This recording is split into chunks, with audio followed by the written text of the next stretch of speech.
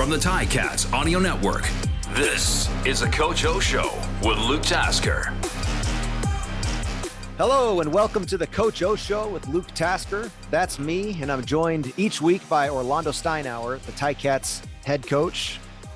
Coach, the regular season is done. The playoffs are finally here.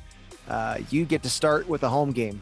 How big is that in your opinion, that you don't have to go on the road week one of the playoffs? Well, I mean, time will tell, but anytime you can reward ourselves, the fans, the city, the owners. I mean, who doesn't want to play at home? It's, whatever advantage it is, we'll take it. And playing in front of the fans here in Hamilton is always a special time.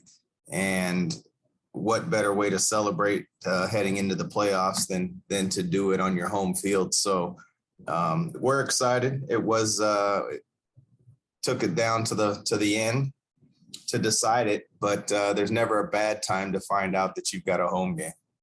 Yeah. Oh yeah. Was there a sigh of relief from your household Friday night, or maybe you were asleep, maybe Saturday morning when you woke up to find that Ottawa had beat Montreal? Oh no, the phone definitely blew up a little bit, and by blew up, I don't mean like by the amount of messages, but it wasn't something that was put there. But, at the end of the day, we weren't depending on anybody. And I know that's easy to say now that the game, has already been played versus Saskatchewan. But, our approach all along was that, our destiny is up to us. And if there's, other little things that pop up along the way, that's great.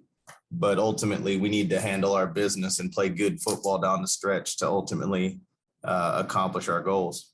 Yeah, I know you're not one to be long-winded about another football team, but I am willing to say that I would very much so not want to be in Montreal's shoes. You guys have been on an upward trajectory this season, and that's a tough position for Montreal to be in, to really have played to a game that you didn't finish well, and a game that you by all rights should have won. And then to end your season on that note, I don't know. That's a hard position to be in my opinion. Yeah, and you're right. I don't speak on other teams, but I'm sure they're going to use that as some sort of motivation or however it would. But again, I don't spend a lot of time worried, or not even worried, just discussing other people's football teams. But I can answer it in reverse though, Luke, for sure. And that we wouldn't have been terribly excited except for the fact that we'd still be in the playoffs. But right. You want to play at home, and Montreal is a tough place to play. But just like they've won here, we had won there. So we would have went in with full confidence. We expect them to come in with full confidence, and the buildup is great. But ultimately, that's why you play the game. Absolutely. And now the line in the sand is drawn, and every team has an opportunity. After Friday night's Ottawa Montreal game, did your approach change going into Saturday? I really didn't. Because at the end of the day, we don't ever take the field relaxing or, expecting to lose, or saying, it's okay if, like, we had specific things that we needed to work on. We had a formidable opponent in Saskatchewan. Absolutely. Like, they're a big physical team. No, they have their quote unquote A team out there. No, but they had a professional football team out there that was, there was a hard hitting game.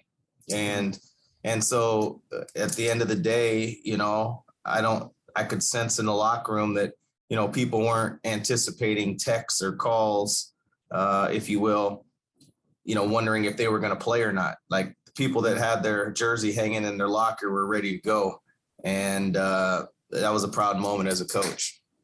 Yeah, that's great. Like I said, it seemed to me from an onlooker, the team throughout the whole season was on an upward trajectory. It didn't start off the way that you wanted it to. The early games were tough. There were mistakes, there were injuries, there were controversies. And it just got a little bit better and better each week, with the exception of a few games. Obviously the game in Toronto 2 weeks ago didn't go how you would have wanted it to, but with some slight ups and downs, you had an upward trending team, and you played very well in the last game of the season against Sask. And of course, like you said, you can say all sorts of things about who Sask brought to play in the game and what that meant for them and on and on. But the Ticats looked sharp. And you're always trying to strive for that perfect game. And Jerry Rice, his goal was to play a perfect football game. And he said he never was able to do that in his whole career, but you strive for it. You're moving the right way. What is left for where this team has to go? What are the final missing pieces that you want to see fall into place? Well, the tangible things and the physical things, I think we have those pieces. It's collectively doing it, when it matters the most. That's the thing, is that we have not played in a game of this magnitude this year. I'm sure we had some games where we could have made it mathematically tough on ourselves to not make the playoffs, but the consequence was never elimination.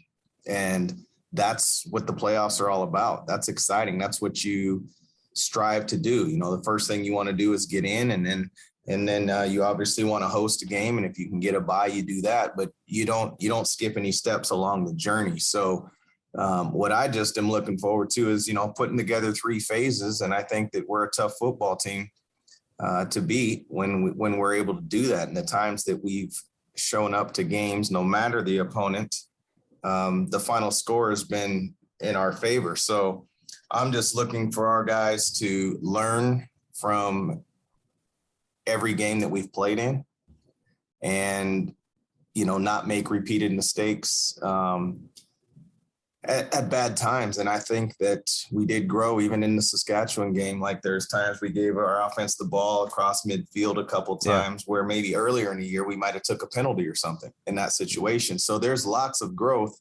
but it'll be doing it in the biggest game of the year. And I'm looking forward to, we got out there and ran around a little bit today, but I'm looking forward to day one. And before we know it, it'll be the day before. And obviously we'll kick it off nice and early on Sunday. Yep. It does roll quick. All of a sudden day one turns into game day. Yes. somehow every week it goes quickly. I love that you mentioned that part of the kicking game, just the idea of how many times in a game, how many times in a season can you give your offense a start on a 50-yard field across the center line?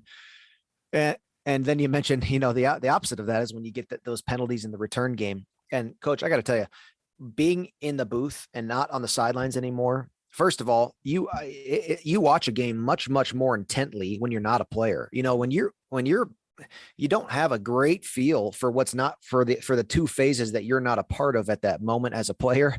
And as I'm watching all of my Jeff Reinbold, all my years of sitting in Jeff Reinbold meetings are oozing out of me in the booth, because I don't know what it is. I am so fired up when I see penalties in the return game, which has always, always, always been one of Jeff Reinbold's just, you can see the veins popping out of his forehead when you just mentioned that. And I'm right. And I'll find myself right there with him. It's like I told RJ, I would rather somebody in the return game take a knee and not play that down rather than them try their absolute hardest and get a penalty. And the impact that those return game penalties have in the hidden yardage is so prominent now that I'm watching a game and sort of free of my own responsibilities on the field. And that the games where your kicking team has produced drive starts better than your opponent, and when you've avoided those kicking game penalties, man, it's statistically significant in its relation to winning games. There's no doubt. And I think that's true for any football team, let alone our own. But, in certain games, when, you talk about a handful of plays, most people will go to the easy identifiable ones. And that would maybe be a drop pass or a missed interception or an offside. But, sometimes, even, on a regular kickoff, You know, it's, if you take a penalty and you're trying to get to start somewhere around the 35 or better, and you take a penalty, now all of a sudden you're backed up, and now your whole goal shifts. And, from being an offensive guy to, whatever your team goals are at that point, be it 2 first downs or something. But if you get it out where it is, it's, hey, let's go score a touchdown. 100%. And, it changes from a play calling standpoint. It changes from, a mindset of the receivers. You might be dealing with a goalpost. Play selection's different. And, maybe you're trying to avoid a safety. I mean, you can go on and on and on, and that's the game within the game. And I guess that's what's beautiful about football. Yeah, you're right. And there's so many of those, this week, watching that last game, it was like I was waiting for one punter from either team to sort of take over that game within a game that is the field position battle, and just trying to see who was going to first take the lead, not on the scoreboard, but just in controlling the where these drives were starting. And you're so right. You get that penalty in the return game, and now you're not even thinking field goal, touchdown. All you're trying to do is get a first down. And it's just, that's a long football game to play. Those teams that can avoid that, man, oh man, it just makes it so much easier for guys like Tommy Condell and Jeremiah Mazzoli and his offense just to call plays and to execute properly. But definitely be looking to watch for that this week, and which teams can control that game within a game, like you said. Coach, your playing days, if you can think back and remember, and when you compare it to what it's like right now as a head coach, how do you compare that emotional approach to the game? What is this like entering the playoffs as a head coach compared to a player? Well, I can specifically remember, as a player, it's kind of like it's here. And, the way we always approached it was, we would do a lot of things together, like we always did. It's not like you abandon everything you did in the regular season, but there is a little bit different sense of excitement. But it's not like you'd warm up different or you abandon your routine. But maybe you call an extra meeting with the defense, and y'all watch film for 30 minutes or so or something on your own. And you're just excited to do that, to not leave anything to chance. And I think I quickly realized as a coach, Luke, that you control a lot less. As much as you think you control things, you just totally don't. And that just made me really think, okay, that's the power of preparation. My job now is to prepare the players the best that I can, and then go let them perform. Because you can talk them all the way to the huddle up until the ball snaps, and then it doesn't matter. It's totally based on the preparation and trust that you have. So I think the more you can prepare and just, ask yourself, have you prepared the players the best you can for the situations that may arise with the time allotted? And at the same time, there's a fine line between, you got to be a good filter too. Your job isn't to give the players every piece of information. It's your job to filter it and do that. So I think there was a big difference. And you just, as much control as you think I might have had as a play caller, I could call it a great blitz. And if the DB falls down, I might get fired. If I call a great blitz and we sack the quarterback, I may get an extension. And, it's just that game. It's a player's game. And the coach's job is to prepare, and it's a player's job to execute. And it just makes it fun. Yeah. That's so interesting. That resonates as true with me, though I have no coaching experience. That's just such an interesting, it may be not what people notice or think, but it just comes down to guys making plays no matter what has happened up to that point. That's right.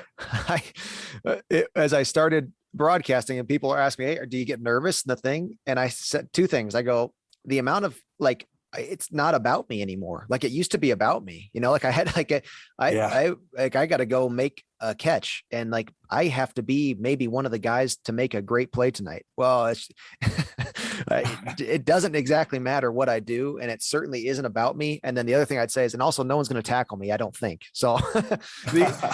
There's very less it was just, it's not a nervous thing that I get in the way that I'm interacting with the game now. And boy, it just comes down to players making plays. A very interesting perspective you have. Coach, Montreal's coming in. They did come off of a really, really disheartening loss, but what are they doing? What do they do the best right now that you're preparing for? Well, I think their offense stays on the field. And that's not a discredit to their special teams or defense that have done a great job too. I mean, they're a playoff football team. They're here for a reason. They were battling for a home spot up until the last week, and, they earned that. But I think while everybody else was getting their bearings, meanwhile, the offense was, not going 2 and out, and they were staying on the field and finding a way to score points, no matter who was in at quarterback. And that's a credit to, their staff and their players, right? Like, it didn't matter if it was, Schultz or Vernon Adams or even Trevor Harris coming in. So I think their offense has done a great job of staying on the field, which obviously keeps your defense fresh. And, if you're not punting a whole bunch, obviously it'll help your special teams. And then their defense, they fly around, they play hard. I think they're in shape and playing hard up front. They're multiple. I think, Barron's done a great job of, finding out what his football team can do defensively. And, they've all obviously bought in. So special teams wise, they had a dynamic returner early, and it really showed, and it's a weapon for them. And I'm anticipating that Alfred will be back to return for them again. So, at the end of the day, I'm going to say that about every football team, because that's left in this, this championship run, because you don't get here if you don't have, 3 good phases of football. It just is rare. So, I think we're a pretty damn good football team ourselves. And, I'm just looking forward to playing the game. Yep. I'm looking forward to seeing it. It's just lighting up, and the situation is setting to be a fantastic weekend. My final thoughts here for you, Coach.